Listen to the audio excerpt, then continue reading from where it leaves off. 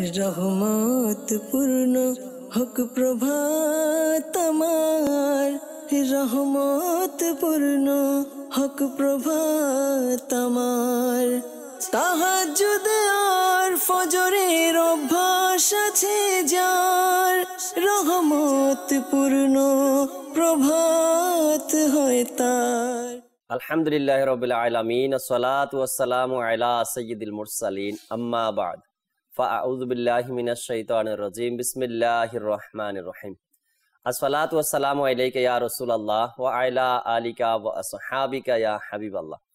আসসালাতু ওয়াসসালামু আলাইকা ইয়া নবিয়াল্লাহ ওয়া আলা আলিকা ওয়া আসহাবিকা ইয়া নূরাল্লাহ। প্রিয় নবী সাল্লাল্লাহু তাআলা আলাইহি ওয়াসাল্লাম ইরশাদ করেছেন, যে ব্যক্তি জুমার দিন আমার উপর 80 বার দুরূদ শরীফ পাঠ করবে, আল্লাহ তাআলা ওই ব্যক্তির 80 বছরের গুনাহকে মাফ করে দিবেন।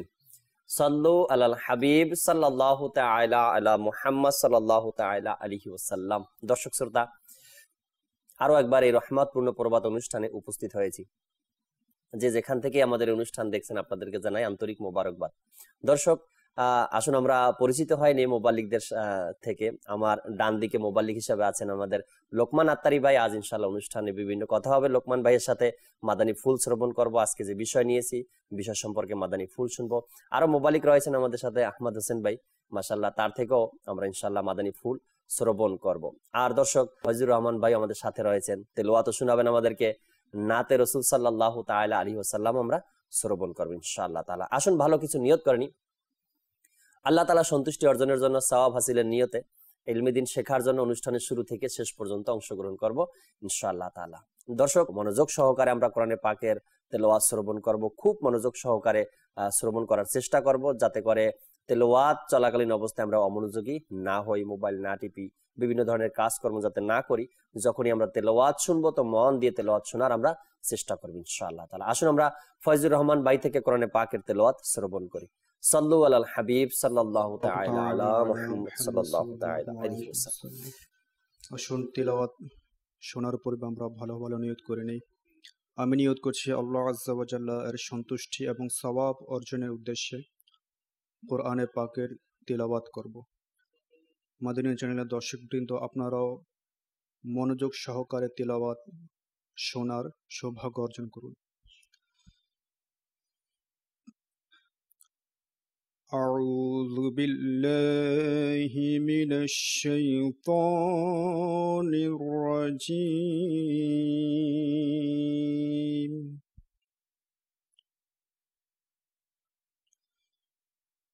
بسم الله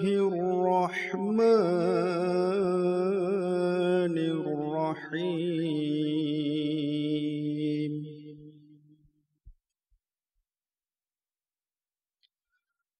ألم نشرح لك صدرك ووضعنا عنك وزرك الذي أنقض ظهرك ورفعنا لك ذكرك فإن مع العسر يسرا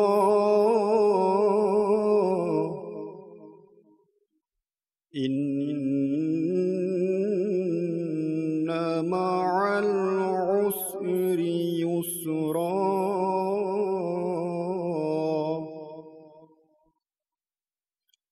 فإذا فرغت فانصب وإلى ربك فارغب. آمنت بالله صدق الله العظيم وصدق رسوله النبي الكريم মাদানী চ্যানেলের অনুষ্ঠান রহমতপূর্ণ প্রভাত, এই অনুষ্ঠান থেকে আমরা কোরআনে পাকের তেলাওয়াত শ্রবণ করতে পেয়েছি। আলহামদুলিল্লাহ, চেষ্টা করি নিজেও কিছু না কিছু কোরআনে পাকের তেলাওয়াত করার জন্য। দর্শক, আজ আমরা এই অনুষ্ঠানে খুবই গুরুত্বপূর্ণ একটি বিষয় নিয়ে আলোচনা করব। অবশ্যই আপনাদের কল SMS আমাদের এই অনুষ্ঠানে থাকবে। আপনাদের কল আসা মাত্রই আমরা চেষ্টা করবো এই অনুষ্ঠানে অ্যাড করার জন্য। আজকে যে বিষয় নিয়ে আমরা আলোচনা করব, এই বিষয় সম্পর্কে শুরুতে আমরা একটি প্যাকেজ দেখব, আর এই প্যাকেজের মাধ্যমেই জানবো যে আজকে কোন বিষয় নিয়ে আমরা আলোচনা করব। যে আজকের প্যাকেজ চালিয়ে দিন। মানুষ তার শৈশব, কৈশোর, যৌবন, প্রৌঢ়ত্ব, বার্ধক্য সব স্তর পেরিয়ে একসময় আল্লাহর হুকুমে মৃত্যু মুখে পতিত হবে। অতঃপর তাকে আল্লাহর সম্মুখে উপস্থিত হয়ে তার সারা জীবনের কর্মের জবাবদিহি করতে হবে। বিচারে সে জান্নাতি হবে অথবা জাহান্নামী হবে। আল্লাহ তাআলা কুরআনুল করিমের মধ্যে ইরশাদ করেছেন, সূরা মুমিনুন আয়াত 115, তবে তোমরা কি একথা মনে করছো যে আমি তোমাদেরকে অনর্থক সৃষ্টি করেছি এবং তোমাদেরকে আমার প্রতি প্রত্যাবর্তন করতে হবে না? যে ব্যক্তি যত সুন্দরভাবে আল্লাহর আনুগত্য করবে, তার প্রতি যত বেশি ভয় ও ভালোবাসা নিয়ে ইবাদত করবে, সে তত বেশি সুন্দরভাবে পৃথিবীকে আবাদ করবে এবং এখানে তত বেশি আল্লাহর রহমত নেমে আসবে। মানব জীবন সুখী ও শান্তিময় হবে। যার অন্তরে আল্লাহর ভয় বেশি, সে ব্যক্তি ইবাদতের স্বাদ বেশি অর্জন করতে পারবে। মাদানী চ্যানেলের দর্শক শ্রোতা, রহমতপূর্ণ প্রভাত অনুষ্ঠানের আজকের বিষয় ইবাদতের স্বাদ। বাহ, মাদানী চ্যানেলের দর্শক, বিষয়টাও খুব সুন্দর, ইবাদতের স্বাদ। আজ প্রায় মানুষকেই এ বিষয়টি বলতে শোনা যায়। দর্শক শ্রোতা, হয়তো বা আপনিও জানেন বা শুনেছেন, ইবাদত করি, ইবাদতের মধ্যে মজা পাচ্ছি না, ইবাদতের মধ্যে স্বাদ কেন নেই। আবার এমন এমন ব্যক্তিদের জীবনী আমরা শ্রবণ করি যারা ইবাদতের মধ্যে এত স্বাদ পেয়েছেন, ইবাদত করতে গিয়ে তাদের এত আবেগ সৃষ্টি হয়েছে, যাদের জীবনীতে পাওয়া যায় তারা ঘন্টার পর ঘন্টা, রাতের পর রাত, দিনের পর দিন কোরআনে পাকের তেলাওয়াত, নয়তোবা নামাজে দাঁড়িয়ে দাঁড়িয়ে কিয়াম করা, আবার আল্লাহ তাবারক ওয়া তাআলার প্রশংসা করা। অর্থাৎ যাদের অন্তরে ইবাদত করার পরে স্বাদ যারা পেয়েছে। আজ আমরা এই অনুষ্ঠানে ইবাদতের স্বাদ এ বিষয় নিয়ে আলোচনা করব। কিভাবে ইবাদত করলে অন্তরে ইবাদতের স্বাদ পাবো। আর যখন কোনো ব্যক্তি ইবাদতের স্বাদ পেয়ে যায়, ওই ব্যক্তি মসজিদমুখী হয়ে যায়। যখন কোনো ব্যক্তি ইবাদতের স্বাদ পেয়ে যায়, সে সর্বক্ষণ কোরআনে পাকের তেলাওয়াত করতে থাকে। যে ব্যক্তি ইবাদতের স্বাদ পেয়ে যায়, তার হাতে তসবিহ থাকে, সবসময় জিকরুল্লাহর মধ্যে ব্যস্ত থাকে, দুরুদ ও সালামের মধ্যে ব্যস্ত থাকে। যে ব্যক্তি ইবাদতের স্বাদ পেয়ে যায়, সে সুন্নাতে রসুলের উপরে আমল করা শুরু করে দেয়। যে ব্যক্তি ইবাদতের স্বাদ পেয়ে যায়, তাকে দেখলেই আল্লাহওয়ালা ব্যক্তিদের কথা স্মরণে এসে যায়, আল্লাহ তার রসুলের কথা স্মরণে এসে যায়। ইনশাআল্লাহ মোবাল্লিগিন আমাদের সাথে রয়েছেন, এ বিষয় নিয়ে আমরা আলোচনা করব। খুব সুন্দর মাদানী ফুল আমরা শ্রবণ করব। এর পূর্বে ইনশাআল্লাহ আমরা ফয়জুর রহমান ভাই থেকে হামদে বারি তাআলা শ্রবণ করব ইনশাআল্লাহ তাআলা। জি ফয়জুর রহমান ভাই, হামদ শুনিয়ে দেন। সাল্লাল্লাহু আলাইকা ইয়া রাসূলুল্লাহ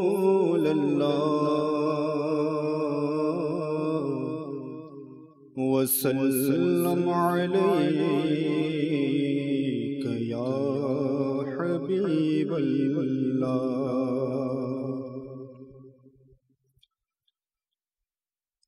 আল্লাহু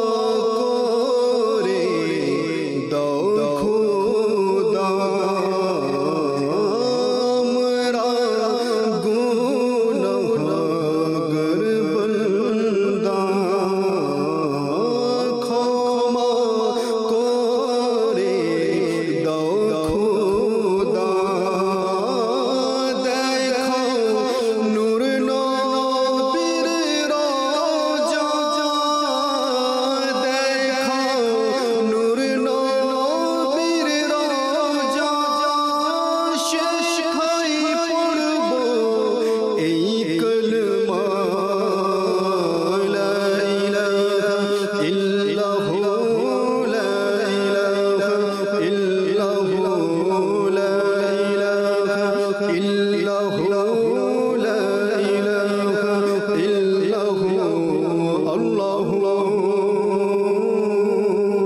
আল্লাহু আল্লাহু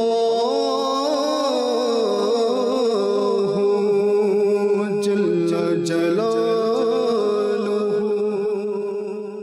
মাশাআল্লাহ, ফয়জুর রহমান ভাই আমাদেরকে হামদে বাড়ি তালাও শুনিয়ে দিয়েছেন। মাশাআল্লাহ, ইনশাআল্লাহ কিছু মাদানী ফুল শ্রবণ করব মোবাইল লিগ থেকে।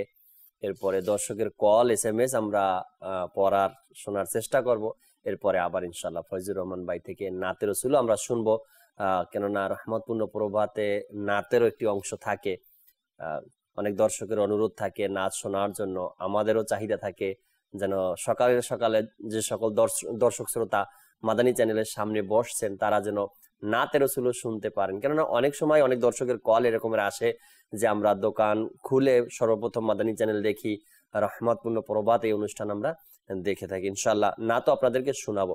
শুরুতেই আমরা লোকমান ভাইয়ের কাছে আসছি। লোকমান ভাই, আজকের বিষয় তো জানতেই পেরেছেন। মাশাআল্লাহ, ইবাদতের স্বাদ। অনেক মানুষকেই কিন্তু শোনা যায় বিষয়টা যে ইবাদত করে মজা পাচ্ছি না, ইবাদত করে স্বাদ পাই না, ইবাদতে দাঁড়ালে পরে বিভিন্ন ধরনের চিন্তা আসে। আসলে চিন্তা তো তখনই আসে যখন ইবাদতের মধ্যে স্বাদ সে পায় না, আর তখন বিভিন্ন ধরনের চিন্তা তার মাথার মধ্যে ঢুকে যায়। আর যে ব্যক্তি ইবাদতের স্বাদ পেয়েছে সে কিন্তু 2 রাকাত নামাজের সালাম ফিরানোর পরে মসজিদ থেকে যে বের হবে এই চিন্তা ভাবনা কিন্তু তার মাথায় নেই। সে 2 রাকাত নামাজ পড়েছে না খুব আরামের সাথে, একেবারে নীরব ভাবে সে 2 রাকাত নামাজ আদায় করেছে। এরপরে সালাম ফিরানোর পরে আবার নামাজের জন্য সে নিয়ত করে নিয়েছে, কেন এক মজা সে অনুভব করেছে। তো শুরুতে যদি আপনার থেকে কিছু মাদানী ফুল দিতেন দর্শক। আলহামদুলিল্লাহ রাব্বিল আলামিন, আসসালাতু ওয়াসসালামু আলা সাইয়্যিদিল আম্বিয়া ওয়াল মুরসালিন ওয়া আলা আলিহি ওয়া আসহাবিহি আজমাইন। জাকির ভাই, ইবাদতের স্বাদ খুবই গুরুত্বপূর্ণ বিষয়বস্তু। প্রথমত আল্লাহ রাব্বুল আলামিন আমাদেরকে সৃষ্টি করেছেন জি, ওনার ইবাদত করার জন্য। জি, আল্লাহর ইবাদতের জন্য। আল্লাহ রাব্বুল আলামিন কোরআনে কারীমের মধ্যে বলেছেন, বিসমিল্লাহির রহমানির রহিম, ওয়ামা খলাকতুল জিন্না ওয়াল ইনসা ইল্লা লিয়াবুদুন। আমি মানব জাতি এবং জিন জাতিকে সৃষ্টি করেছি আমার ইবাদত করার জন্য। যেহেতু আল্লাহ রাব্বুল আলামিন আমাদেরকে সৃষ্টি করেছেন আল্লাহ রাব্বুল আলামিনের ইবাদত করার জন্য, আমাদেরকে তো আল্লাহ রাব্বুল আলামিন যে সমস্ত ফরজসমূহ আমাদের উপর আবশ্যক করেছেন সেগুলো তো আদায় করতে হবে। সাথে সাথে নফলসমূহ, যখন আমরা নফলসমূহ আদায় করব সেটার মধ্যে আমরা স্বাদ পাবো, ইবাদতের স্বাদ পাবো। হযরতে মুজাদ্দিদ আল ফিসানি রাহমাতুল্লাহি তাআলা আলাইহি এমন ইবাদতের স্বাদ পেতেন যখন ইবাদত করতেন। তিনি যখনই সফররত অবস্থায় থাকতেন তখন কুরআনে কারীমের তেলাওয়াত করতেন। এই অবস্থার মধ্যে কখনো কখনো তিনি 3 পারা 4 পারা শেষ করে দিতেন। তো যখনই সফররত অবস্থায় সেজদায় তেলাওয়াত চলে আসতো তখন তিনি বাহন থেকে নেমে ওই তেলাওয়াতে সেজদা আদায় করে দিতেন। আল্লাহু আকবার। তাই ওনারা সেজন্য সফররত অবস্থায় তেলাওয়াত করছেন যে ওনারা ইবাদতের স্বাদ পেয়েছে, বিধান পেয়েছে। ইনশাআল্লাহ আবার আসবো লোকমান ভাই থেকে, আরো মাদানী ফুল শ্রবণ করব, গুরুত্বপূর্ণ কথাগুলো আমরা শুনবো। আহমদ হোসেন ভাই, আপনার কাছে আসতেছি কিছু মাদানী ফুল দর্শকের জন্য শুরুতেই। বিসমিল্লাহির রহমানির রহিম। আসলে জাকির ভাই, আজকের যে বিষয়টা এটা খুব গুরুত্বপূর্ণ বিষয়।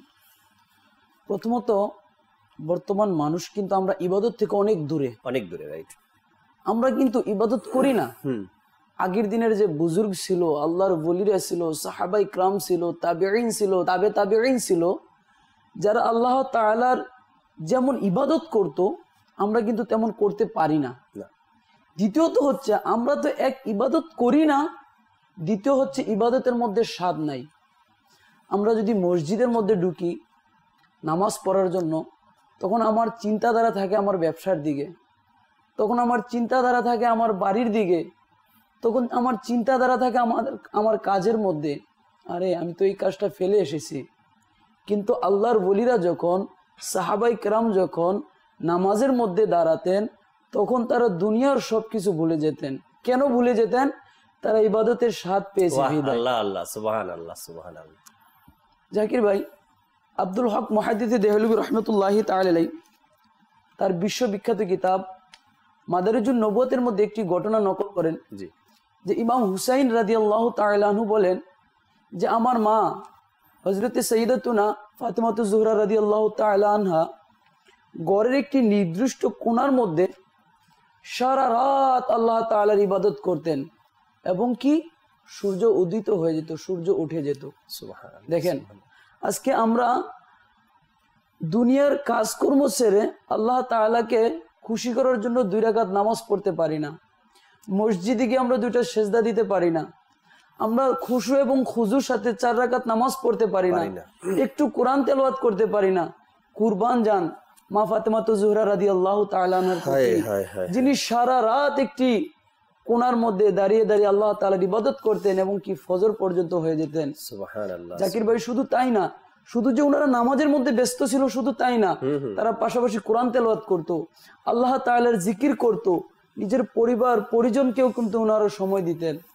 ফাতিমাতুজ জোহরা রাদিয়াল্লাহু তাআলা আনহার আরেকটি ঘটনা, আলী রাদিয়াল্লাহু তাআলা আনহু বলেন যে ফাতিমাতুজ জোহরা রাদিয়াল্লাহু তাআলা আনহা ঘরের কাজ কর্ম করার পাশাপাশি কোরআন তেলাওয়াতের মধ্যে মশগুল থাকতেন। উনি কি করতেন? ঘরের কাজ করতেন, সাথে সাথে কোরআন তেলাওয়াত করতেন। সুবহানাল্লাহ। বাচ্চাদেরকে সময় দিতেন, সাথে সাথে ঘরের কোরআন তেলাওয়াত করতেন। ঘরের খাবার ইত্যাদি তৈরি করতেন, সাথে সাথে কোরআন তেলাওয়াত করতেন। দেখেন আল্লাহ তাআলার ইবাদতের মধ্যে তাদের শখ কেমন ছিল, তাদের জগ কেমন ছিল, তারা ইবাদতের মধ্যে কেমন স্বাদ পেয়েছেন। একটা কাজ কিন্তু মানুষ ওই সময় করে যখন ওই কাজটার স্বাদ পায়। দেখেন দুনিয়ার মধ্যে আমরা কিন্তু যে জিনিসটার স্বাদ পেয়েছি আমরা এটা বেশি খাই, বা পানি জাতীয় আমরা যেটাকে পছন্দ করি আমরা এটা বেশি পান করি। কিন্তু তাদের মধ্যে দেখেন আল্লাহ তাআলার ইবাদতের স্বাদ কেমন পেয়েছে, যে কাজকর্ম করতেন পাশাপাশি তেলাওয়াত করতেন, ছেলে সন্তানকে সময় দিতেন পাশাপাশি তেলাওয়াত করতেন, সারা রাত চলে যেত ওনাদের আল্লাহ তাআলার ইবাদতের মধ্যে চলে যেত। আসলে যে সকল ব্যক্তিদের কথাই আজ ইতিহাসে পাওয়া যায়, যাদের কথা যাদের নাম আজ দুনিয়ার মানুষ নিচ্ছে, প্রত্যেক আল্লাহওয়ালা ব্যক্তিরাই কিন্তু আল্লাহ তাআলার ইবাদতের মধ্যে স্বাদ পেয়েছেন। আর এমন স্বাদ পেয়েছেন তারা যে আল্লাহ তাআলাকে রাজি করিয়ে ছাড়ছেন, যেভাবে হোক ইবাদত করেছেন, আল্লাহ তাআলাকে খুশি করেছেন, আল্লাহ তাআলা তাদের প্রতি রাজি হয়ে গিয়েছেন। সাহাবা একরাম আলাইহিমুর রিদওয়ান, এদের দিকে যদি আমরা তাকাই তো সাহাবা একরামের ইবাদত, আল্লাহু আকবার, তাদের ইবাদত এমন ছিল আল্লাহ তাআলা তাদের উপর রাজি হয়ে গিয়েছেন। সাহাবা একরামের পর যারা, এরপরে যারা আল্লাহ তাআলার নেক বান্দারা, তাদের ইবাদত এমনই ছিল। এরকমের নিয়ত মনে হয় আপনি আর আমি 1000 বার করেছি, এখন থেকে নামাজ আর ছাড়বো না। এই নিয়ত করার পরেও, বারবার চেষ্টা করার পরেও ইস্তেকামাত যে নাই কেন? হ্যাঁ, এটাও একটা কারণ যে আমরা ইবাদত যে করি এই ইবাদতের মধ্যে স্বাদ অনুভব হচ্ছে না, ইবাদতের মধ্যে স্বাদ পাচ্ছি না। আর স্বাদ কখন পাবো? ইবাদতের স্বাদ কখন আসবে? যখন যেভাবে করে আমার প্রিয় নবী সাল্লাল্লাহু তাআলা আলাইহি ওয়াসাল্লাম ইবাদত করার জন্য বলেছেন, যেভাবে আল্লাহ তাবারক ওয়া তাআলা ইবাদত করার জন্য হুকুম করেছেন, আল্লাহ তার রসুলের দেখানো মতেই যদি আমরা ইবাদত করতে পারি তবেই আমাদের ইবাদতটা আল্লাহ তাআলার দরবারে কবুল হবে, আর তখনই আমরা ইবাদতের মধ্যে স্বাদ পাবো। এখন হাদিসে পাকের মধ্যে হুজুর আকরাম সাল্লাল্লাহু তাআলা আলাইহি ওয়াসাল্লাম আমাদেরকে ইরশাদ করেছেন, শিখিয়েছেন, তোমরা যখন নামাজের নিয়ত করবা বা নামাজের জন্য রওয়ানা হবা, নামাজ পড়ার উদ্দেশ্য মনে আনবা, তখন তোমরা কি করো? আগে নিজের শরীরকে পাক পবিত্র করো, নিজের শরীরকে পাক পবিত্র করো। এখন আমি যে আমার নিজের শরীরকে পাক পবিত্র করব, আমি এটা পরিষ্কার পরিচ্ছন্নতা করব, সেই ফরজগুলো, গোসলের ফরজগুলো আমার জানা নেই। বলেন এখন আমি কিভাবে এই হাদিসের অনুসারে আমি কিভাবে নিজেকে পবিত্র করব? এরপরে হাদিসে পাকের মধ্যে আসছে, যখন তোমরা নামাজের জন্য যাও দণ্ডায়মান হবে, এর পূর্বে অজু করো। এখন অজু যে করব আমি, অজুর নিয়ম কানুন, মাসলা মাসাইল, ফরজ সুন্নাত কতটা আমার জ্ঞানের মধ্যে আছে, আমি কতটুকু ইলম রাখি। যখন এই অজুটা করলাম, ভুল আর সংশোধন দুইটা মিলিয়ে আমি অজু করেছি, জানি না অজু করার সময় আমার যে অঙ্গগুলো ধৌত করার কথা ছিল, কোথাও থেকে একটি পশমের গোড়া আমার শুকনো ছিল, যার কারণে অজুটাও আমার সহিশুদ্ধভাবে হয়নি। এরপর যখন নামাজে দাঁড়িয়ে গেলাম, আমি কোরআনে পাকের তেলাওয়াত, কিয়াম করা, কিরাত পড়া, এরপরে রুকু করা, সিজদা করা, এত যেন হুকুম আহকাম রয়েছে, ইলেম আমাদের কাছে নেই। যখন ইলেম ছাড়া দাঁড়িয়ে গিয়েছে নামাজে, জানি না কখন নামাজ ভঙ্গের কারণ চলে আসছে, কখন ওয়াজিব ছুটে গেছে, কখন আমার নামাজই ছুটে গেছে, কখনো মাকরুহে তাহরিমি হয়ে গেছে। এই জ্ঞান আমার মধ্যে না থাকার কারণে এই যে এক বর্ণনা আমি দিলাম দর্শক শ্রোতা, হয়তোবা এই অভাবের কারণে, অভাব বলতে জ্ঞানের অভাবের কারণে যখন আমরা নামাজে দাঁড়াই ওই নামাজটা পরিপূর্ণতার সাথে আদায় করতে পারি না।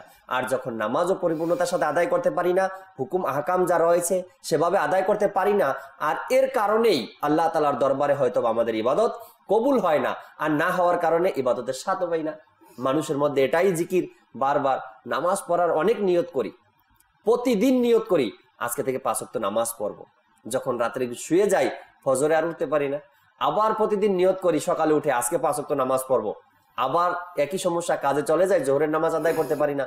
হ্যাঁ, আমরা তখনই নামাজ আদায় করতে পারবো যখন নামাজের স্বাদ আমাদের অন্তরে চলে আসবে।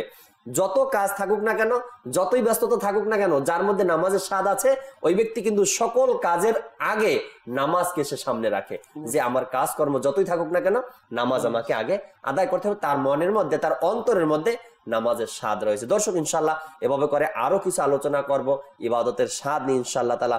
ফয়জুর রহমান ভাইয়ের কাছে যাব নাত রাসূল শোনার জন্য, কেননা অনেক সময় পার হয়ে গিয়েছে, দর্শকও বসে আছেন, নাত শুনবেন ইনশাআল্লাহ তাআলা। নাতের পরে আবার ফিরে আসবো আজকের এই অনুষ্ঠানের আলোচনার বিষয় নিয়ে ইনশাআল্লাহ তাআলা। সাল্লি আলা রাসূলিনা সাল্লি আলা মুহাম্মাদিন সাল্লি আলা শফিঈনা সাল্লি আলা মুহাম্মাদিন फिर के गली गली तबा ठोकरे सब की खाए क्यों फिर के गली गली तबा ठोकरे सब की खाए क्यों दिल को जो अक़ल दे खुदा तेरी गली से जाए क्यों सल्ले अला रसूलिना सल्ले अला मुहम्मदिन सल्ले अला शफीईना सल्ले अला मुहम्मदिन मौन मारे पेते चाय गो तुम्हारे दीदार मन हमारे पेते चाय गो तुम्हारे दीदार प्रिय नबी करो पूर्ण আমার पूर्ण আমার পূর্ণিমার জলি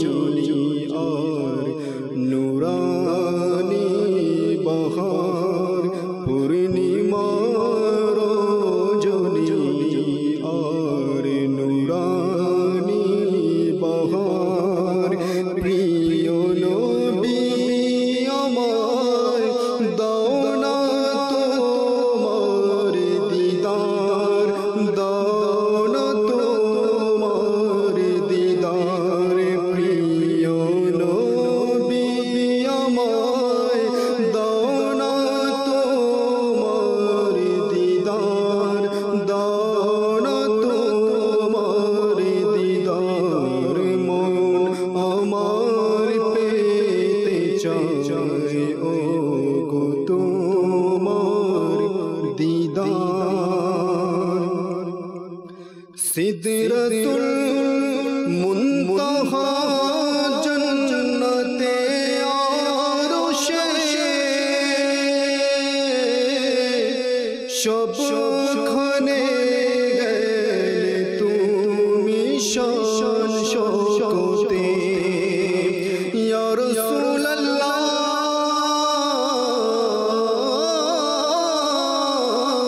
সিদরাতুল মুনতাহা জান্নাতে আরশে সবখানে গেলে তুমি শান শোকতে এই অধম গোলামের স্বপ্নে ও একবার এই অধম গোলামের স্বপ্নে ও একবার প্রিয় নবী এসে দাও না তুমি দিদার দাও না তুমি দিদার প্রিয় নবী এসে তুমি দাও না দিদার তুমি দাও না দিদার মন আমার পেতে চায় ও গো তোমার দিদার ভাগ্য এই গোলামের সুপ্রসন্ন হবে ভাগ্য এই গোলামের সুপ্রসন্ন হবে থাকবে ছবি তোমারি তরে ভাগ্য এই গোলামের সুপ্রসন্ন হবে থাকবে ছবি তোমারি তরে এই অধম পাপীকে যদি তুমি একবার এই অধম পাপীকে যদি তুমি একবার প্রিয় নবী এসে তোমার দাও দিদার তোমার দাও দিদার প্রিয় নবী এসে তোমার দাও দিদার তোমার দাও দিদার মন আমার পেতে চায় ও গো তোমার দিদার মৃত্যু শয্যায় আছে অধম গোলাম তোমার মৃত্যু শয্যায় আছে অধম গোলাম তোমার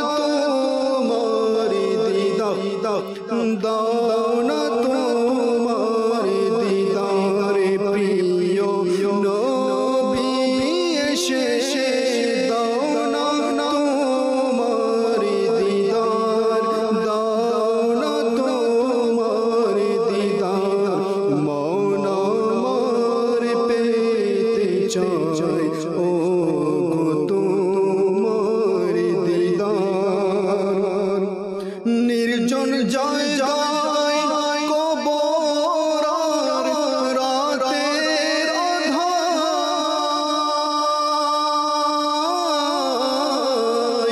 নির্জন জয় জয় কবর রাতের আঁধার কাফন পরিহিত আছে গোলাম তোমার ইয়া রাসূলুল্লাহ নির্জন জয় জয় কবর রাতের আঁধার কাফনে পরিহিত আছে গোলাম তোমার কাফনে পরিহিত আছে গোলাম তোমার থাকবে সে কিভাবে এখানে সাথী তার থাকবে সে কিভাবে এখানে সাথী তার কবর আলোকিত করো নূরে তোমার আকা নূরে তোমার কবর আলোকিত করো নূরে তোমার আকা নূরে তোমার মন আমার পেতে চায় ও গো তোমার দিদার প্রিয় নবী এসে দাও না তোমার দিদার দাও না তোমার দিদার মন আমার পেতে চায় ও গো তোমার দিদার প্রিয় নবী এসে করো আশা আমার প্রিয় নবী করো পূরণ আশা আমার পূরণ আশা আমার পূর্ণিমা রজনী আর নুরানি বাহার প্রিয় নবী আমায় দাও না তোমার দিদার দাও না তোমার দিদার মন আমার পেতে চায় ও গো তোমার দিদার সাল্লু আলাল হাবিব সাল্লাল্লাহু তাআলা আলাইহি ওয়াসাল্লাম। মাশাআল্লাহ, আল্লাহ তাআলা শুকরিয়া। ফয়জুর রহমান ভাই আমাদেরকে নাতও শুনিয়ে দিয়েছেন। অনেক দর্শকের কল, SMS আর ফেসবুক পেজে অনেকের কমেন্টস এসেছে। কিছু দর্শকের কমেন্টস SMS পড়ে নেই। আমাদেরকে বাপ্পি শাহ আরব শরীফ থেকে কমেন্টস করেছেন। শুকরিয়া বাপ্পি ভাই আপনাকে। এরপরে জহিরুল ইসলাম ভাই হবিগঞ্জ চুনারুঘাট থেকে আমাদেরকে কমেন্টস করেছেন। আর নাহিদ ভাই সালাম দিয়েছেন, ওয়ালাইকুম আসসালাম, মালয়েশিয়া থেকে। শুকরিয়া নাহিদ ভাই, দোয়া করি। আর মোহাম্মদ রিফাত রেজা আত্তারি ভাই তিনি লিখলেন মদিনাতুল আউলিয়া চট্টগ্রাম থেকে, আমার প্রিয় অনুষ্ঠান রহমতপূর্ণ প্রবাদ। ধন্যবাদ রিফাত ভাই, ভালো থাকবেন, দোয়া করবেন। এরপরে আমাদেরকে আরো কমেন্টস করেছেন বোরহান ভাই, তিনিও আমাদের সাথে আছেন, আমিন লিখেছেন। শামীম ভাই লিখলেন যে গুরুত্বপূর্ণ মাদানী ফুল দিচ্ছেন আপনারা, শুকরিয়া আল্লাহ তাআলার। এরপরে নুরুল ইসলাম ভাইও আমাদের সঙ্গে রয়েছেন। কাজী রুবেল মাহমুদ ভাইও নারায়ণগঞ্জ থেকে আমাদের সাথে রয়েছেন, অনেক সুন্দর আলোচনা তিনিও লিখলেন। এরপরে হাফিজ হাবিব ভাই, এরপরে ইসলাম মিয়া, যারাই আমাদের সঙ্গে রয়েছেন কমেন্টস করেছেন, শুক্রিয়া, ধন্যবাদ জানাই। কিছু দর্শকের কল নেই, এরপর ইনশাআল্লাহ আজকের যে প্যাকেজ রয়েছে আল্লাহ তাআলার নিয়ামত প্যাকেজ আমরা দেখব ইনশাআল্লাহ। কল চালিয়ে দিন। আমার নাম মোহাম্মদ ফোরকান, আমি ঢাকা নারায়ণগঞ্জ থেকে বলছি। জি, আমি নাচ শুনতে চাই, যে নূর এলো নূর এলো। ইনশাআল্লাহ তাআলা সঙ্গে থাকুন। নারায়ণগঞ্জ থেকে আমাদেরকে কল করেছেন, আমরা আপনাকে নাচ শোনানোর চেষ্টা করব। নূর এলো ইনশাআল্লাহ। পরবর্তী কল। আমার নাম মোহাম্মদ নূর হোসেন, গজল শুনতে চাই, যে নূর নূরে এসেছে, নূর এসেছে। ইনশাআল্লাহ সঙ্গে থাকুন, আর বেশি দিন বাকি নেই, অল্প দিনের মধ্যে মুহররম সফর, এরপর ইনশাআল্লাহ চলে আসবে। শুধু আপনি না, আপনার সাথে সাথে ইনশাআল্লাহ পুরো দুনিয়ার মানুষ মাদানী চ্যানেলের মাধ্যমে নূর এলো, নূর নবী এসেছে, এই সকল কালাম নাতে রাসূল ইনশাআল্লাহ আমরা শুনতে থাকবো মাদানী চ্যানেলের মাধ্যমে ইনশাআল্লাহ তাআলা। আজকের আমাদের অনুষ্ঠানে একটি জানেন দর্শক শ্রোতা যে আমরা এই অনুষ্ঠানে আল্লাহ তাআলার নিয়ামতের একটি প্যাকেজ দেখানোর চেষ্টা করি, একটি তথ্য রেডি করে থাকি। আজও একটি প্যাকেজ রেডি রয়েছে, এটা দেখে নিয়ে এরপর ইনশাআল্লাহ আমরা আলোচনা আবার ফিরে আসবো। জি, আল্লাহ তাআলার নিয়ামতের প্যাকেজ দেখিয়ে দিন। আত্মীয়তার বন্ধন বলতে সম্পর্ক রক্ষা করা, অর্থাৎ আত্মীয়দের সাথে ভালো ব্যবহার করা, আল্লাহর সন্তুষ্টির জন্য আত্মীয়দের সাথে ভালো ব্যবহার করা এবং তারা খারাপ ব্যবহার করলে মার্জনা করা, ধৈর্য ধারণ করা এক মহান চারিত্রিক গুণ। আল্লাহ তাআলার দরবারে এর অনেক সওয়াব রয়েছে। আত্মীয়তার বন্ধন সম্পর্কে বুখারী শরীফের হাদিসে রয়েছে, ফরমানে মুস্তাফা সাল্লাল্লাহু তাআলা আলাইহি ওয়াসাল্লাম, সম্পর্ক ছিন্নকারী জান্নাতে প্রবেশ করবে না। 15 পারার সূরা বনী ইসরাইলের 26 নং আয়াতে আল্লাহ তাআলা ইরশাদ করেন, কনজুল ঈমান থেকে অনুবাদ, এবং আত্মীয় স্বজনকে তাদের প্রাপ্য দাও। সদরুল আফাজিল হজরত আল্লামা মাওলানা সৈয়দ মোহাম্মদ নাঈমুদ্দিন মুরাদাবাদী রহমতুল্লাহি তাআলা আলাইহি খাজাইনুল ইরফানে এই আয়াতে পাদ্যটিকায় লিখেন, তাদের সাথে আত্মীয়তার বন্ধন অটুট রাখো, ভালোবাসা ও মেলামেশা করো, খোঁজ খবর নাও ও সুযোগ মতো সাহায্য করো এবং সুন্দর সামাজিকতা বজায় রাখো।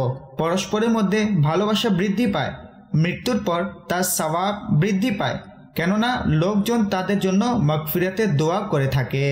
তাই আত্মীয় স্বজনদের সাথে ভালো ব্যবহার করে উভয় জাহানের কল্যাণ অর্জন করা উচিত। মাশাআল্লাহ মাশাআল্লাহ।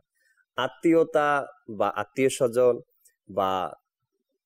স্বজন এটা আল্লাহ তাআলার অনেক বড় নিয়ামত। দর্শক, একটি আল্লাহ তাআলার অনেক বড় নিয়ামত দেখুন, একজন ব্যক্তি, সে কারো বাবা আবার কারো ছেলে। এখন আপনার চাহিদা যে আমাকে কেউ বাবা বলে ডাকো, আপনার চাহিদা আমি কাউকে বাবা বলে ডাকি, আপনার চাহিদা আমি যদি কারো বড় ভাই হতাম, আবার আপনারই চাহিদা আমি যদি কারো ছোট ভাই হতাম। একটা ব্যক্তির মধ্যেই সকল প্রকারের চাহিদা রয়েছে, আর আল্লাহ তাআলা এই প্রত্যেক ব্যক্তির চাহিদা অনুযায়ী দেখুন কি এক কুদরত আল্লাহ তাআলার, কি এক নিয়ামত মানুষের জন্য। একজন ব্যক্তি কিন্তু, তাই না আমাদের হোসেন ভাই, লোকমান ভাই, একজন ব্যক্তি, কারো বাবা আবার কারো ছেলে, কারো ভাই, কারো বন্ধু, কারো দোস্ত, কারো পাড়া প্রতিবেশী, কারো নানা, মানে একজন ব্যক্তি কিন্তু সে নানা, সে দাদা, সে বাবা, সে সন্তান। দেখেন আল্লাহ তাআলার কত বড় এক কুদরত, কত বড় এক নিয়ামত আত্মীয়তার বন্ধন। আমরা যেন আত্মীয়তার বন্ধন ছিন্ন না করি, বজায় রাখার চেষ্টা করি। আত্মীয়তার বন্ধন বজায় রাখা, আত্মীয়তার সম্পর্ক বজায় রাখার জন্য টাকা পয়সার প্রয়োজন হয় না। অনেকেই আমরা এটা একটা চিন্তাধারা মাথায়, আত্মীয়তার বন্ধন রাখার জন্য মনে হয় আর্থিক সহযোগিতা করার প্রয়োজন না। আপনার শুধু একটি মুস্কি হাসি আর সালাম, আর সে কেমন আছে এই বিষয়টাই কাজ করে। আপনি মুস্কি হাসি দিবেন, সালাম দিবেন, ভাই কেমন আছেন, বা যে আত্মীয় হয় তাকে জিজ্ঞাসা করলেন কেমন আছেন। তো এই মুস্কি হাসিটাই মনে করবেন যে আপনার আত্মীয়তার বন্ধন রক্ষা করবে। আর যদি আপনি টাকা পয়সা দিয়ে তাকে মালামাল করে দেন, আর সামনে যখন আসে সে আর একদিকে ফিরে থাকেন, না হাসি আছে মুখে, না তাকে দেখে এক আত্মীয়তার যে এক ভাব থাকে ওটা যদি না থাকে, তবে এই টাকা পয়সা দিয়ে আপনি কখনো তার মন পাবেন না। মুস্কি হাসি দিয়ে আর ভালো কথা জিজ্ঞাসা করে, অর্থাৎ কেমন আছেন আপনি, এটা অনেক কাজে দেয়। আল্লাহ তাআলা আমাদেরকেও আত্মীয়তার বন্ধন, এই আত্মীয়তার যেন সম্পর্ক বজায় রেখে আল্লাহ তাআলার এই নিয়ামতের শুকরিয়া যেন আমরা আদায় করতে পারি। লোকমান ভাই, আজকের বিষয় আমরা নিয়ে আলোচনা করছিলাম ইবাদতের স্বাদ। আরো কিছু মাদানী ফুল দর্শককে ইসলামী ভাইরা বলে থাকে যে আমরা তো ইবাদত করে থাকি, কিন্তু আমরা ইবাদত করি কিন্তু স্বাদ পাই না। আচ্ছা, নামাজের মধ্যে আমরা যখন নামাজের মধ্যে দ্বন্দ্বয়মান হই, তখন আমরা আমাদের মন মানসিকতা, ব্যবসা বাণিজ্য, দুনিয়াবি যত চিন্তাধারা রয়েছে সকল কিছু চলে আসে। তো এগুলি আসে, চলে আসে, কিন্তু এগুলিকে আমাদেরকে ত্যাগ করতে হবে। তো আমরা কিভাবে সেটাকে মাথার থেকে বের করে দিব? বলা হচ্ছে যখন আমরা ইবাদতের মধ্যে দণ্ডায়মান হব, যখন বিভিন্ন দুনিয়াবি চিন্তাধারা চলে আসবে, তখন আমাদের নামাজের মধ্যে এটাই চিন্তা করা উচিত যে আল্লাহ রব্বুল আলামিন, আমি যে আল্লাহ তাআলার সম্মুখে দণ্ডায়মান হয়েছি, রব তাআলা, আল্লাহ তাআলা আমাকে দেখছে, অথবা আমি আল্লাহ তাআলাকে দেখছি। এটা যখন আমাদের চিন্তাধারা থাকবে, তখন ইনশাআল্লাহ আমাদের থেকে দুনিয়াবি চিন্তা যেগুলি রয়েছে সকল কিছু বের হয়ে যাবে এবং সাথে সাথে আমরা ইবাদতের স্বাদ পাবো। সুবহানাল্লাহ, সুবহানাল্লাহ। হযরত সাইয়্যিদুনা খাজা গরিব নওয়াজ রাহমাতুল্লাহি তাআলা আলাইহি, তিনি এমন ইবাদতের স্বাদ পেয়েছে, তিনি তো আল্লাহর ওলি হয়েছেন, অর্থাৎ আল্লাহর বন্ধু হয়েছেন, এমনিতে তো হয়নি। তিনি আল্লাহ তাআলার ইবাদত করতে করতে এক পর্যায়ে তিনি আল্লাহ তাআলার বন্ধু হয়ে গেছেন। সুবহানাল্লাহ। খাজা গরিব নওয়াজ রাহমাতুল্লাহি তাআলা আলাইহি রাত ভর ইবাদতে মশগুল থাকতেন। সুবহানাল্লাহ। এমনকি তিনি রহমতুল্লাহি তাআলা আলাইহি ইশারের ওযু দ্বারা ফজরের নামাজ আদায় করতেন। সুবহানাল্লাহ।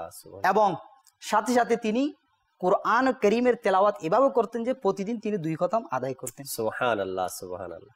তো সাথে সাথে যখন তিনি সফররত অবস্থায় থাকতেন, তখনও তিনি তেলাওয়াত করতেন। আল্লাহ আল্লাহ। তো আল্লাহর ওলিরা কত সুন্দরভাবে তিনারা ইবাদতের স্বাদ পেয়েছে, প্লাস আল্লাহ রাব্বুল আলামিনের নৈকট্য বান্দা হয়েছে। তাই প্রিয় ইসলামী ভাইরা, আমাদেরও উচিত সর্বদা আল্লাহ তাআলার ইবাদত করা, এবং সাথে সাথে যখনই আমরা আল্লাহ তাআলার ইবাদতে দণ্ডায়মান হব বা মশগুল হয়ে যাব, ওই সময় আমাদের উচিত আল্লাহ তাআলাকে আমরা দেখছি বা আল্লাহ তাআলা আমাদেরকে দেখছে, এটাই চিন্তা ধারা আমাদের কাছে থাকে। অনেক ইসলামী ভাইয়ের এরকমের হয় যে নামাজে দাঁড়ালাম, কিন্তু নামাজে দাঁড়ানোর পরও এই যে চিন্তা একটা চলে আসে, কিন্তু অনেকে চেষ্টা করি আমরা এই বিষয় থেকে বাঁচার জন্য, যাতে করে নামাজে দাঁড়ানোর পরে আমার এই দুনিয়াবি চিন্তা না আসে। বিশেষ করে যারা খেলাধুলাকে পছন্দ করে, ওই সকল ব্যক্তিদের মনের মধ্যে চিন্তা ভাবনা নামাজের মধ্যে দাঁড়ালে নামাজ শেষ হলে মাঠে চলে যাবে খেলার জন্য। যারা দোকানদার আছি আমরাও চিন্তা করি নামাজটা শেষ হলে তাড়াতাড়ি গিয়ে দোকান খুলতে হবে, কাস্টমার দাঁড়িয়ে থাকবে। এভাবে করে এক এক ব্যক্তির এক এক রকমের চিন্তা ভাবনা থাকে নামাজে দাঁড়ালে। আর খুব সুন্দরই কথা বললেন লোকমান ভাই যে যখনই আমরা নামাজে দাঁড়াই, দেখুন আল্লাহ তাআলা আমাকে দেখছেন, এটা তো মানতেই হবে।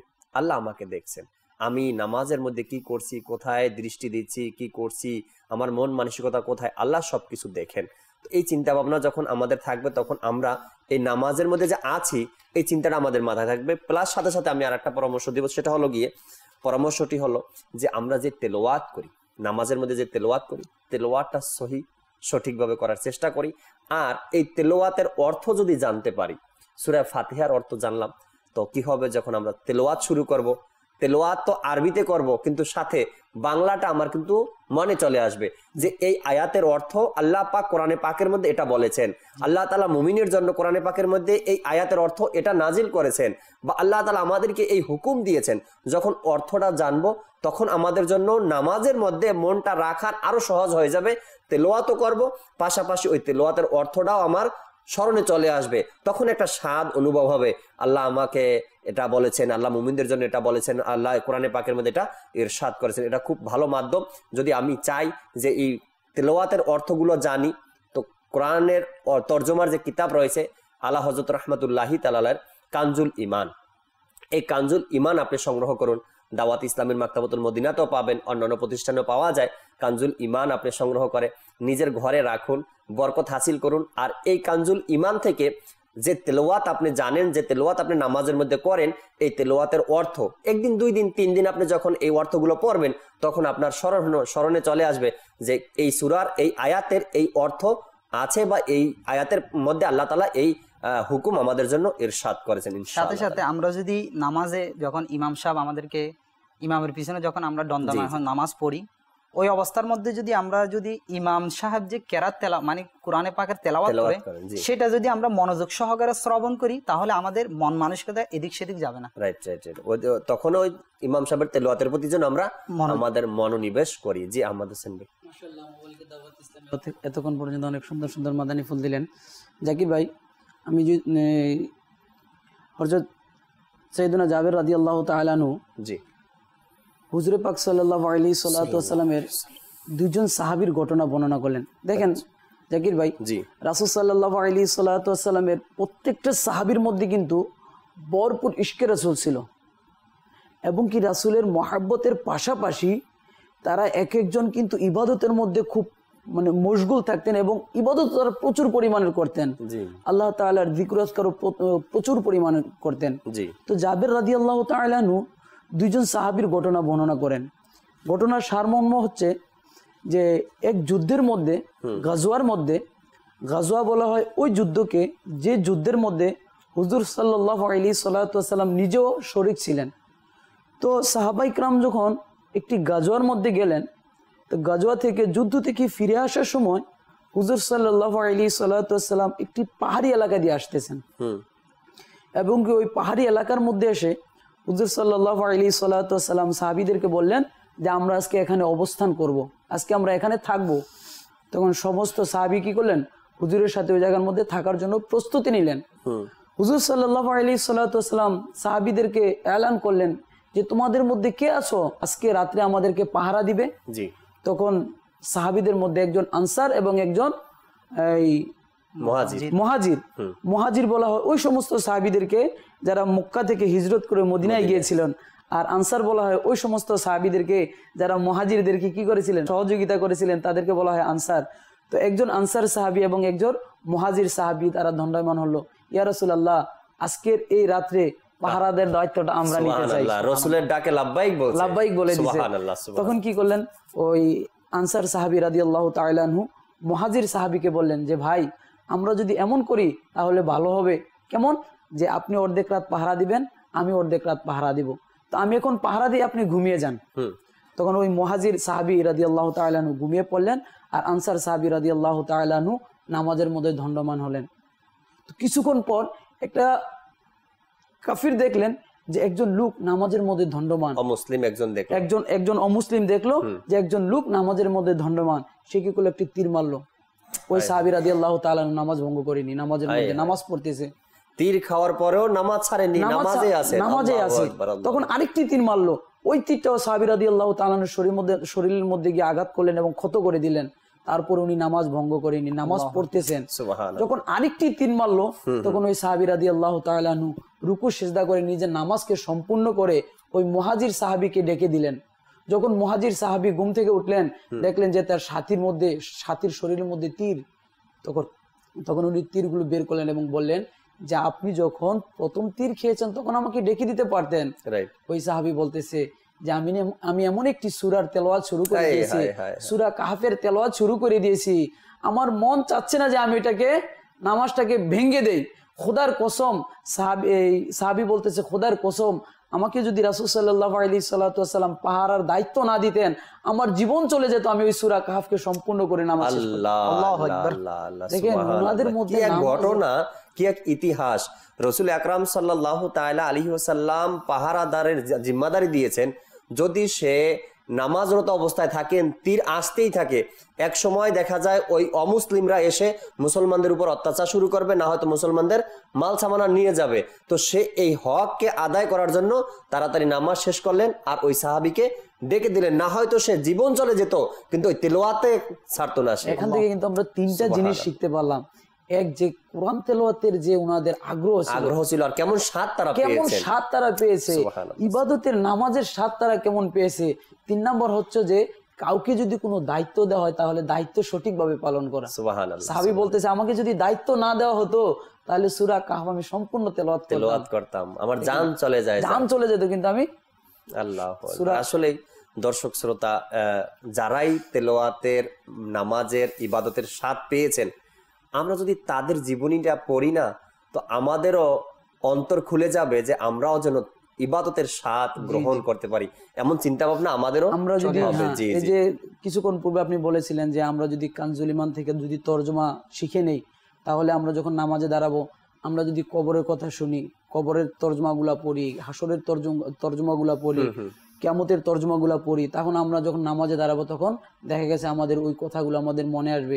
আরেকটি মাধ্যম হচ্ছে যারা আল্লাহ ওয়ালা ছিল, যারা আল্লাহ তাআলার ইবাদত ইখলাসের সাথে করতো, একনিষ্ঠতার সাথে করতো, আমরা যদি তাদের জীবনীগুলি পড়ি তাহলে আমাদের মনের মধ্যেও ওইরকম আশা জাগবে, হায় আমি যদি এমন করতে পারতাম।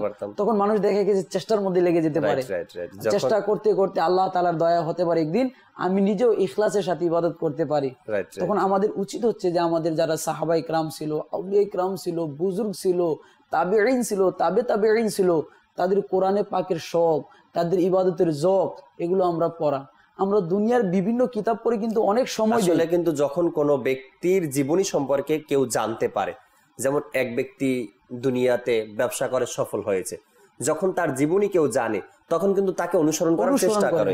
আবার যদি যারা ধর্মীয় জ্ঞান রাখে তারা যদি শুনে যে আল্লাহ তাআলার অমুক নেক বান্দা সে কোরআনে পাকের তেলাওয়াত করতে করতে করতে করতে আল্লাহ তাআলাকে রাজি করিয়েছেন বা আল্লাহ তাআলা তার প্রতি রাজি হয়ে গিয়েছেন, তখন কিন্তু তার মনের মধ্যে একটা আশা থাকে, ইস আমিও যদি তার মতন তেলাওয়াত করতে পারতাম হয়তো বা আল্লাহ তাআলা আমাকেও কবুল করে নিতেন। আসলে আমরা যদি এই সকল ব্যক্তিদের জীবনী পড়ি তো আমরা জানতে পারবো তাদের নামাজ কেমন ছিল, তাদের ইবাদত কেমন ছিল, তেলাওয়াত কেমন ছিল, আর তখনই আমরাও তাদের মতো হওয়ার চেষ্টা করব, তাদের মতো ইবাদত করার চেষ্টা করবো। আল্লাহ তাআলা সে তৌফিক দিক। ইনশাআল্লাহ আরো আলোচনা কিছু করব।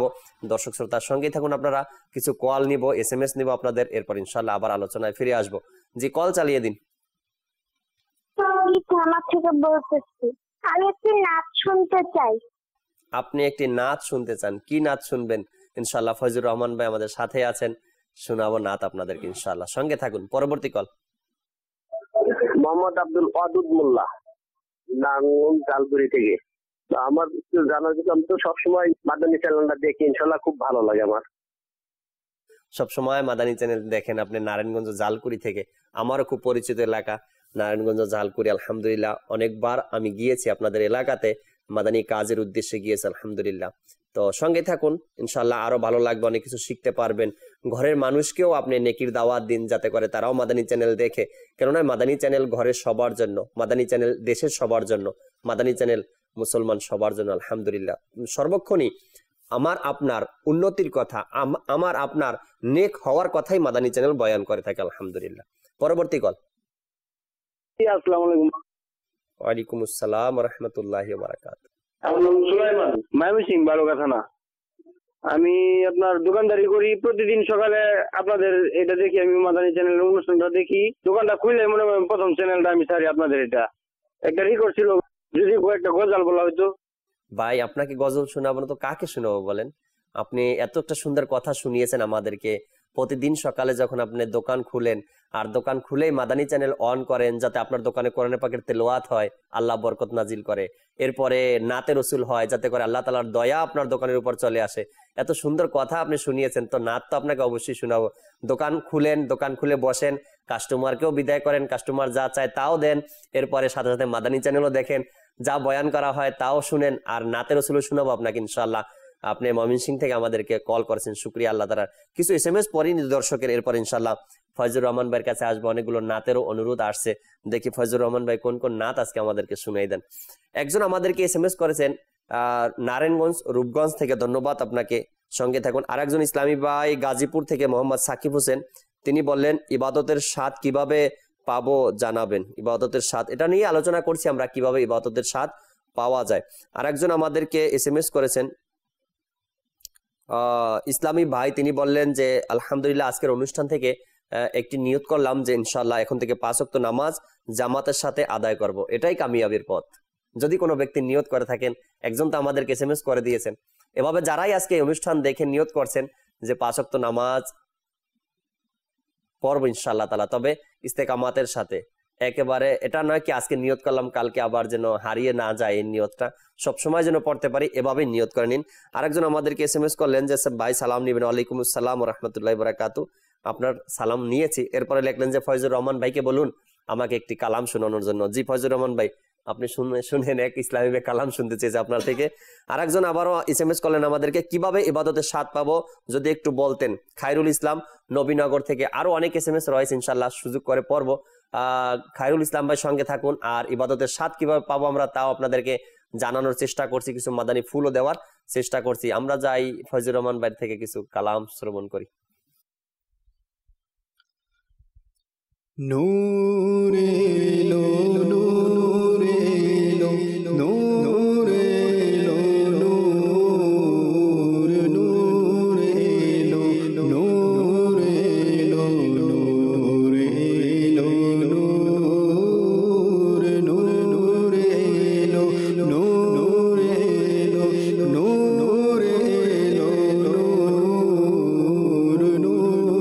লো নূরে লো নূরে লো নূরে হুকুম মুবারক মুমিনেরা ঈদে মিলাদুন নবী হুকুম মুবারক মুমিনেরা ঈদে মিলাদুন নবী ভাগ্য হলো সুপ্রসন্ন ঈদে মিলাদুন নবী নূরে লো নূরে লো নূরে লো নূরে নূরে লো নূরে লো নূরে লো নূর আজ খুশি হুর গিলমা ঈদ মিলাদুন নবী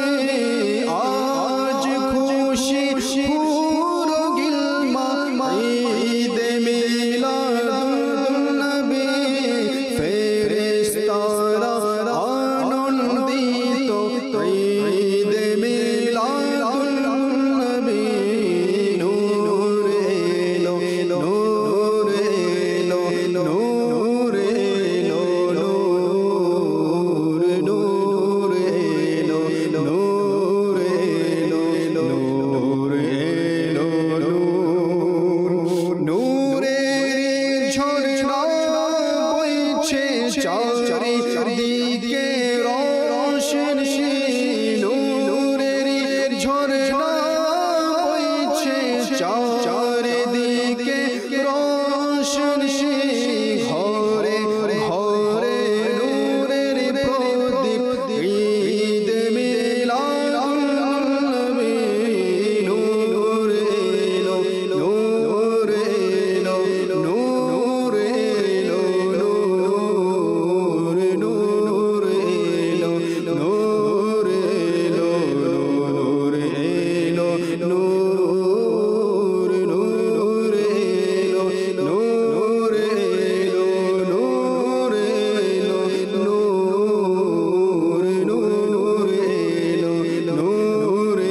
লো নূরে লো নূরে লো নূরে নূরে নবী এসেছে নূরে নিয়ে এসেছে সারা ভুবনে দেখো কেমন নূর ছেছে আসসালাতু ওয়াসসালামু আলাইকা ইয়া রাসূলুল্লাহ আসসালাতু ওয়াসসালামু আলাইকা ইয়া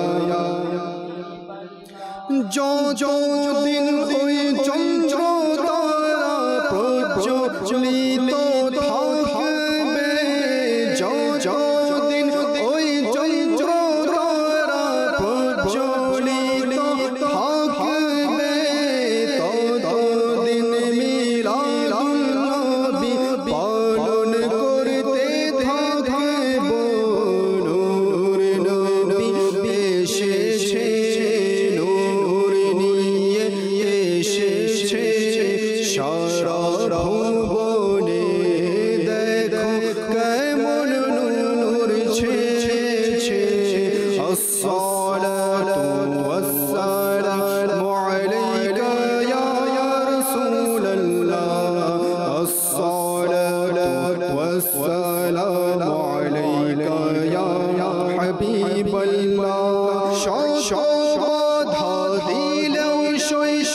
খোদার দয়াতে মোরা বাধা দিলে শৈশান খোদার দয়াতে মোরা মিলাদুন নবীর উৎসব পালন করতে থাকব নূর নবী এসেছে নূর নিয়ে এসেছে সারা ভুবনে দেখো কেমন নূর ছেয়েছে আসসালাতু ওয়াসসালামু আলাইকা ইয়া রাসূলুল্লাহ আসসালামু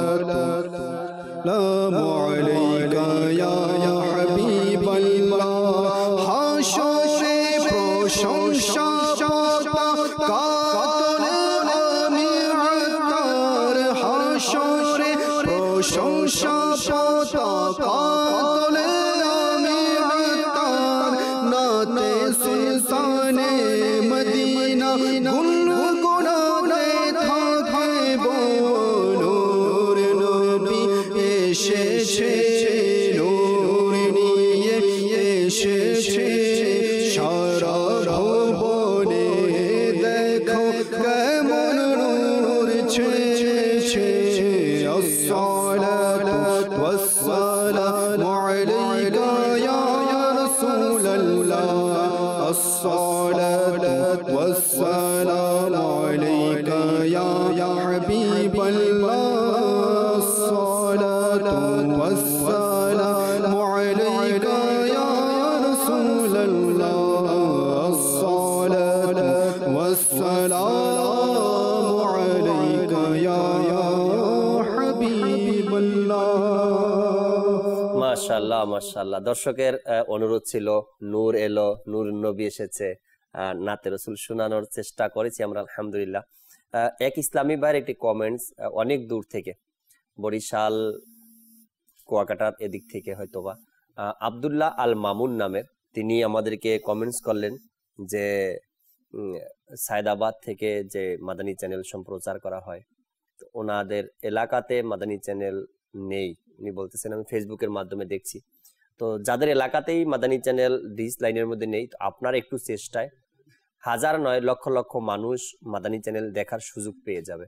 আপনি একটু ডিস কেবল যে রয়েছে ওখানে গিয়ে তাদের সাথে কথা বলুন, আর মাদানী চ্যানেল অন করার ব্যাপারে তাকে একটু ইনফরাদি কোশিশ করুন। কেননা এই চ্যানেলের মধ্যে আল্লাহ তার রাসূলের কথা বলা হয়, কোরআনে পাকের তেলাওয়াত হয়, নাত হামদ হয়, এভাবে করে তাকে বুঝান, তো ইনশাআল্লাহ তাআলা ওই ব্যক্তিরা যারা ডিস কেবল নিয়ন্ত্রণ করেন তারা ইনশাআল্লাহ আপনার এলাকায় মাদানী চ্যানেল অন করে দিবেন ইনশাআল্লাহ তাআলা। আসবো লোকমান ভাইয়ের কাছে আর কিছু আলোচনা শ্রবণ করব। কিছু আল্লাহর ওলি সাহাবাই কেরাম এমনও রয়েছে তারা রাত জেগে জেগে জেগে জেগে ইবাদত করতেন। তাদের মধ্যে থেকে একজন সাহাবী, প্রসিদ্ধ সাহাবী হযরতে সাইয়্যিদুনা আব্দুল্লাহ বিন মাসউদ রাদিয়াল্লাহু তাআলা আনহু, তিনি খুবই প্রসিদ্ধ সাহাবী। যখন মানুষরা ঘুমিয়ে যাওয়ার পর পুনরায় তিনারা সকালে ইবাদত করার জন্য যখন জাগ্রত হতেন, যখন ওনারা দণ্ডায়মান হতেন ইবাদতে, তখন ওনারা ওই সাহাবী আব্দুল্লাহ বিন মাসউদ রাদিয়াল্লাহু তাআলা আনহুর বাসার থেকে উনি যে ইবাদত করতেন সেটার আওয়াজ আসতো আর ওনারা শুনতেন। ওনারা কিভাবে রাত জেগে ইবাদত করতো, ওনারা স্বাদ পেয়েছে বিদায় তো ওনারা রাত জেগে ইবাদত করছে। তো আমাদের উচিত আল্লাহ তাআলার রাত জেগে আল্লাহ তাআলার ইবাদত করা, সাথে সাথে যদি সম্ভব না হয় রাত জাগার তাহলে দিনে ইবাদত করা। কমপক্ষে দেখুন, যদি সারা রাত ইবাদত করা বা জাগ্রত থাকা সম্ভব নয়, জি, ফজরের আধা ঘন্টা পূর্বে যদি উঠে যাই আমরা, জি, তাহলে তাহাজ্জুদের নামাজের সৌভাগ্য হবে। জি, আমি এক জায়গাতে গেলাম, আপনার এই কথা থেকে আমার স্মরণ পড়ে গেল, মাদানী কাফলাতে সফর করতে গিয়েছিলাম নারায়ণগঞ্জ বন্দর থানার আপনার একটা এলাকা আছে, ওখানে মাদানী কাফলাতে সফর করতে গিয়েছি। তো যখন রাত্রে ঘুমালাম, একদম নতুন এলাকা ছিল আমার জন্য, আর মাদানী কাফলাও নতুন ওই এলাকাতে। জি, তো রাত্রে যখন ঘুমিয়ে পড়লাম, তাহাজ্জুদের সময় তো মাদানী কাফলায় যারা সফর করে মুসাফির ইসলামী বেরা যারা থাকেন তারা কিন্তু তাহাজ্জুদের সময় উঠে যান তাহাজ্জুদ পড়ার জন্য। জি, তো ওইখানে মাদানী কাফলার জিম্মাদার ছিলাম আমি, আমাকে জিম্মাদারি দেওয়া হয়েছিল। তো আমি ঠিক তাহাজ্জুদের সময় ঘুম ভাঙছে আমার, আমি সবাইকে ডাকবো, অজু করবে, সবাই ফ্রেশ হবে, তাহাজ্জুদের নামাজ আদায় করবে। তো আমি যখন আমার ঘুম ভাঙলো, আমার চোখ খুললো, তো দেখলাম কি যে মসজিদের প্রথম কাতারে দাড়ি সাদা, চুল পাকা, আর এরকমের 4-5 জন মুরব্বী একবার প্রথম কাতারে নামাজ পড়তেছে। এখন আমার ভিতরে একটু ভয় কাজ করলো, এত রাতে এই গ্রামের মসজিদে এভাবে করে কে নামাজ পড়তে আসবে? আবার দরজার দিকে তাকিয়ে দেখি দরজা খোলা। যখন ভয় কাজ করলো, শীতের রাত ছিল, আমি আবার একটু ভয় পেয়েছি, তো আমি আবার কি করলাম, ঘুমানোর ভান ধরলাম, দেখলাম যে দেখবো যে কারা এরা। তো দেখি আরো 5 মিনিট পার হয়ে গেল, তারা কেউ কিয়াম করছে, কেউ রুকুতে যায়, আবার কেউ সেজদাতে যায়, কেউ সালাম ফিরায়। তো এরা তো অবশ্যই মানুষ হবে তাইলে, কেননা যদি জিন টিন হয় তো মানুষের আলাপ পাইলে তারা গোপন হয়ে যাবে।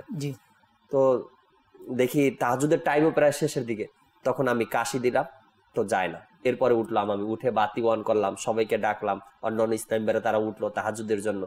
তো আমি এটা বলতে চাই, ওই রকমের আকলাকবান, ওই রকমের ইবাদতের স্বাদওয়ালা ব্যক্তিরা কিন্তু এখনো আছে সমাজে, যারা নাকি উঠে তাহাজ্জুদের নামাজ আদায় করে, যারা নাকি এখনো রাতে ইবাদত করার স্বাদ অনুভব করছে, যারা নাকি এখনো সারা রাত অজু অবস্থায় ঘুমানোর স্বাদ অনুভব করছে, ওইরকম ব্যক্তি কিন্তু এখনো আছে। দেখুন শাইখে তরিকত আমির আহলে সুন্নাত দামাত বারকাতুহুল আলিয়া, ইনি যে মাদানী ইনামাত আমাদেরকে দিয়েছেন, এর মধ্যে তিনি লিখলেন যে রাতে ঘুমানোর পূর্বে অজুর ব্যাপারে, অজুর ব্যাপারে যে তিনি লেখলেন, অজু করার এত ফজিলত রয়েছে, যখন কোনো ব্যক্তি অজু করে ঘুমাবে তো সে সারা রাত ইবাদতের সওয়াব পাবে।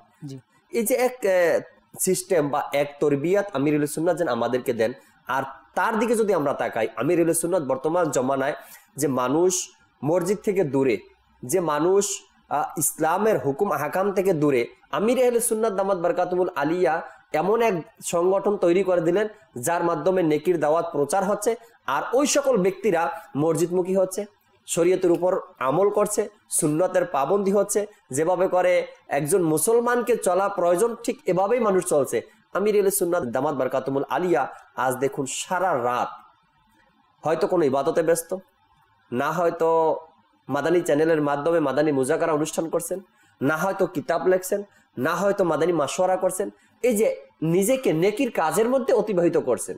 সারা রাত ফজরের নামাজ পড়ে, এরপরে আরাম করতে যান, কিছু সময় আরাম করেন, এরপরে আবার উঠে আবার অন্যান্য দায়িত্ব পালন করেন, অন্যান্য কাজগুলো করেন। তো যে ব্যক্তি নিজের জীবনকে এভাবে সাজিয়েছেন যে সে কোন কাজ কখন করবে, কিভাবে করবে, আর তার সংগঠন, আর তার লোক, আর তার যে মানে দাওয়াত ইসলামী ওয়ালা যারা আছে, তারাও তো আলহামদুলিল্লাহ একটু মুহূর্ত, একটু সময় অপচয় হতে দেয়নি। প্রত্যেকটা সময় যেন আল্লাহ তালার ইবাদতের মধ্যে, আল্লাহ তালার যে নেক কাজ রয়েছে, নেক কাজের মধ্যে যেন আমাদের জীবন অতিবাহিত হয়। সময় একেবারে কম। আহমদ হোসেন ভাই থেকে কিছু মাদানী ফুল নিই, এরপর ইনশাল্লাহ। জাকির ভাই, আজকের যে বিষয়টা নেওয়া হয়েছে এটা খুব গুরুত্বপূর্ণ বিষয়, এবং কি আজকের বিষয় অনুযায়ী সময় কিন্তু খুব অল্প, কেননা আল্লাহ তাআলার অসংখ্য ওলি আছে যারা ইবাদতের স্বাদ পেয়েছে, ইবাদত করেছে, কিতাবের মধ্যে ওনাদের বর্ণনা আছে। আলা হযরত রাহমাতুল্লাহি তাআলা কিন্তু তাদের মধ্য থেকে কিন্তু পিছিয়ে নেই। আলা হযরতের মধ্যে যেমন ইশকে রাসূল ছিল, যেমন সাহাবা ইকরামের মহব্বত ছিল, আউলিয়া ইকরামের প্রতি ভালোবাসা ছিল, ইবাদতের শখযোগ তার মধ্যেও ছিল। হযরত মাওলানা হুসাইন চিশতি নিজামী রহমতুল্লাহি তাআলা বলেন যে আমি আলা হযরতের ফতুয়া দেওয়ার কাজের মধ্যে কয়েক বছর সহযোগিতা করার সৌভাগ্য অর্জন হলো।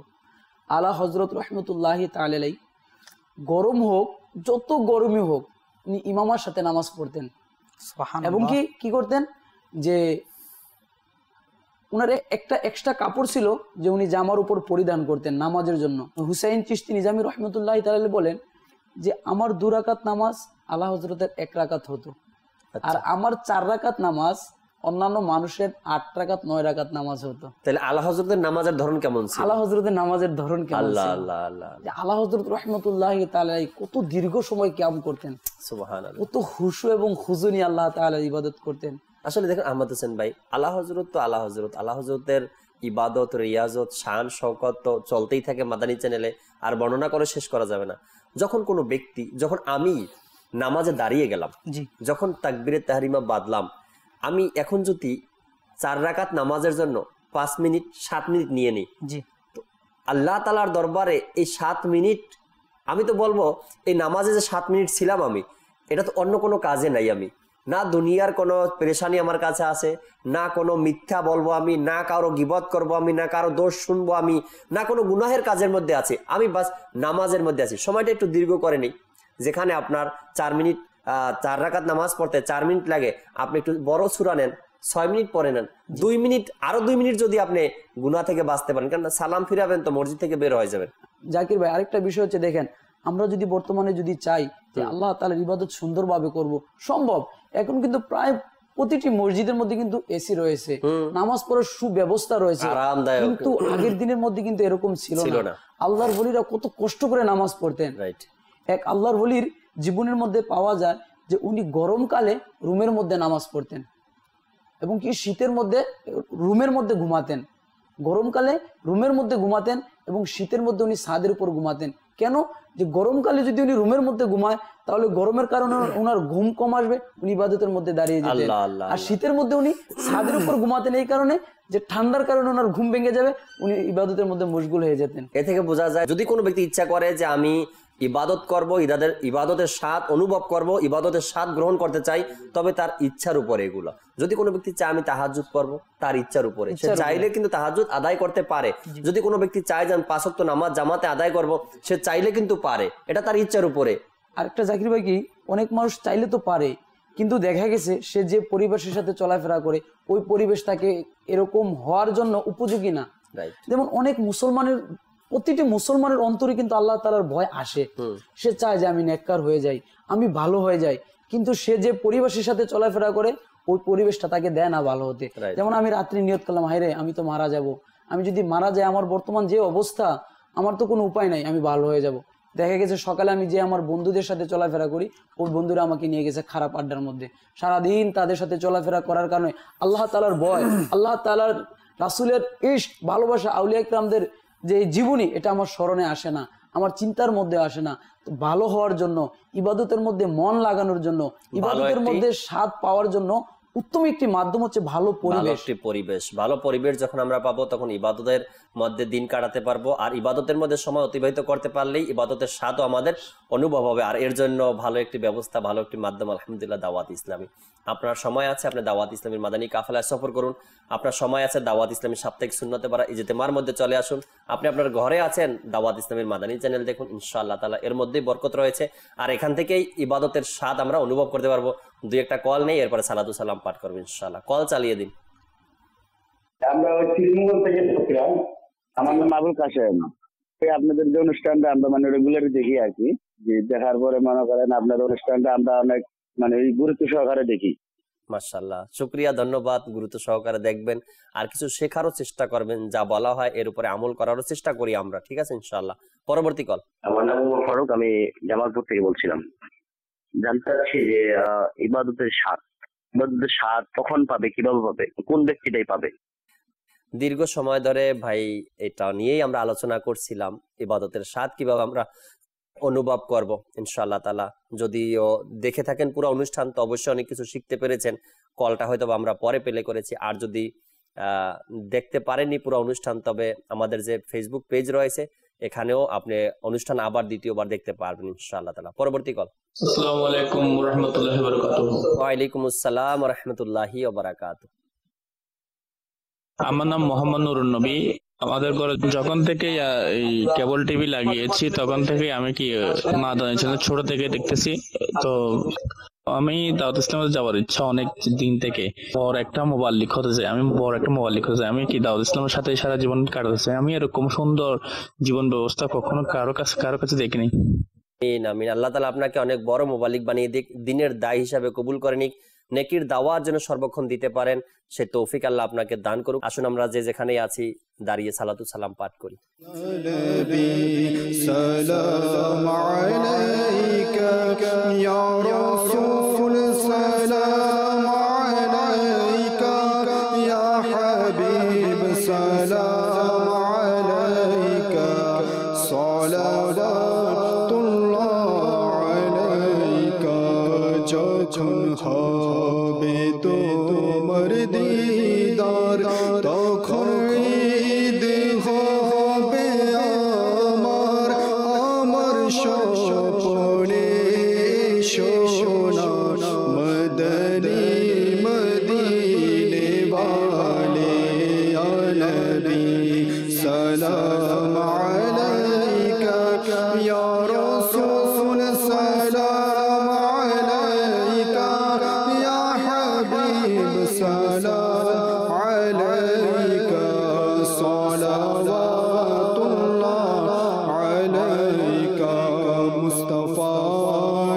जाने रहमत पे लाखों सलाम शम्अ-ए बज़ में हिदायत पे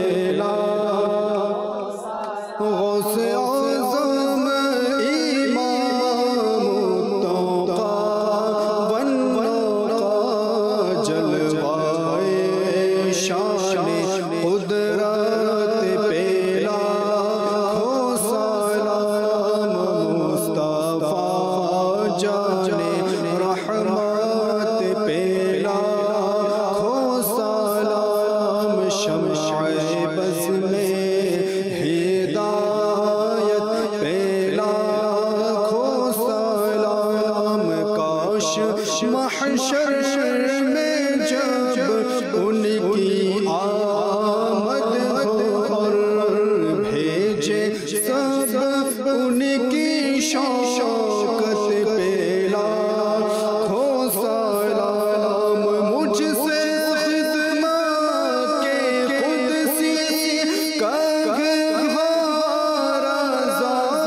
मुझसे खिदमत के कुदसी कहे हारज़ा मुस्तफ़ा जाने रहमत पे लाखों सलाम डाल दी क़ल्ब में अज़मते मुस्तफ़ा सय्यदी आला हज़रत पे लाखों सलाम फैज़ से जिनके लाखों नमाज़ी बने फैज़ से जिनके लाखों इमाम सजे उस आमीर अहले सुन्नत पे लाखों सलाम मुस्तफ़ा जाने रहमत पे लाखों सलाम शम्अ-ए बज़ में हिदायत पे लाखों सलाम।